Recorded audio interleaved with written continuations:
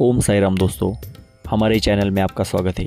आज के वीडियो में हम जानेंगे धूपखेड़ा गांव में साईं बाबा की और चांद पाटिल की भेंट कैसे हुई। औरंगाबाद जिले के धूप गांव में चांद पाटिल नाम का एक मुस्लिम सरदार रहता था। एक बार औरंगाबाद, जो आज छत्रपति संभाजीनगर से जाना जाता है, वहां जाते समय उनकी घोड़ी खो गई। उन्होंने 2 महीने तक घोड़ी की खूब तलाश की, लेकिन कुछ पता नहीं चला। निराश होकर उसने घोड़ी की खोगिर अपने कंधे पर डाल दी और औरंगाबाद से वे वापस निकले। 4.5 कोस चलने के बाद उसे आम के पेड़ के नीचे एक फकीर बैठा हुआ दिखाई दिया। फकीर के सिर पर कपनी बांधे और बगल में सोता मतलब सटका था।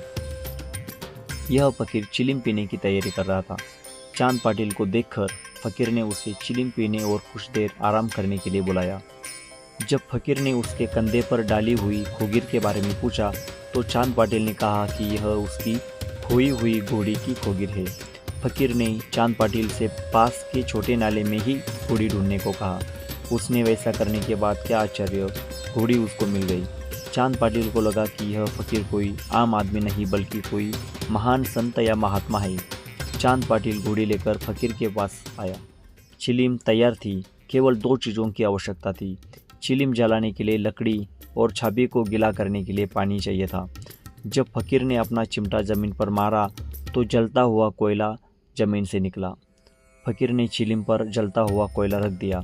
उसके बाद उसने सटका को ज़मीन पर मारा, वहाँ से पानी का फव्वारा निकला। यह सब देखकर चांद पाटिल को बहुत आश्चर्य हुआ। फकीर ने उस छापी को भिगोकर चिलिम को लपेट लिया। पहले फकीर खुद चिलिम पिया और फिर चांद पाटिल को पिलाया। चांद पाटिल ने फकीर से घर आने की विनती की। अगले दिन वे चांद पाटिल के घर गए और कुछ देर रुके। पाटिल धूप गांव के ग्राम अधिकारी थे। उनके साले के बेटे का विवाह शिरडी में हुआ था। चांद पाटिल शादी के लिए शिरडी जाने की तैयारी कर रहे थे। उन्होंने उसी वक्त उस फकीर से भी विवाह में आने का अनुरोध किया। इसी प्रकार शादी की बारात में फकीर शिरडी आए। श्री शिरडी की आध्यात्मिक जगह की जानकारी लेकर हम फिर मिलेंगे हमारे अगले वीडियो में। कृपया हमारा चैनल को सब्सक्राइब करें और लाइक और शेयर करना ना भूलें। आपका समर्थन ही हमारे लिए बहुत महत्वपूर्ण है। तब तक के लिए ओम साई राम।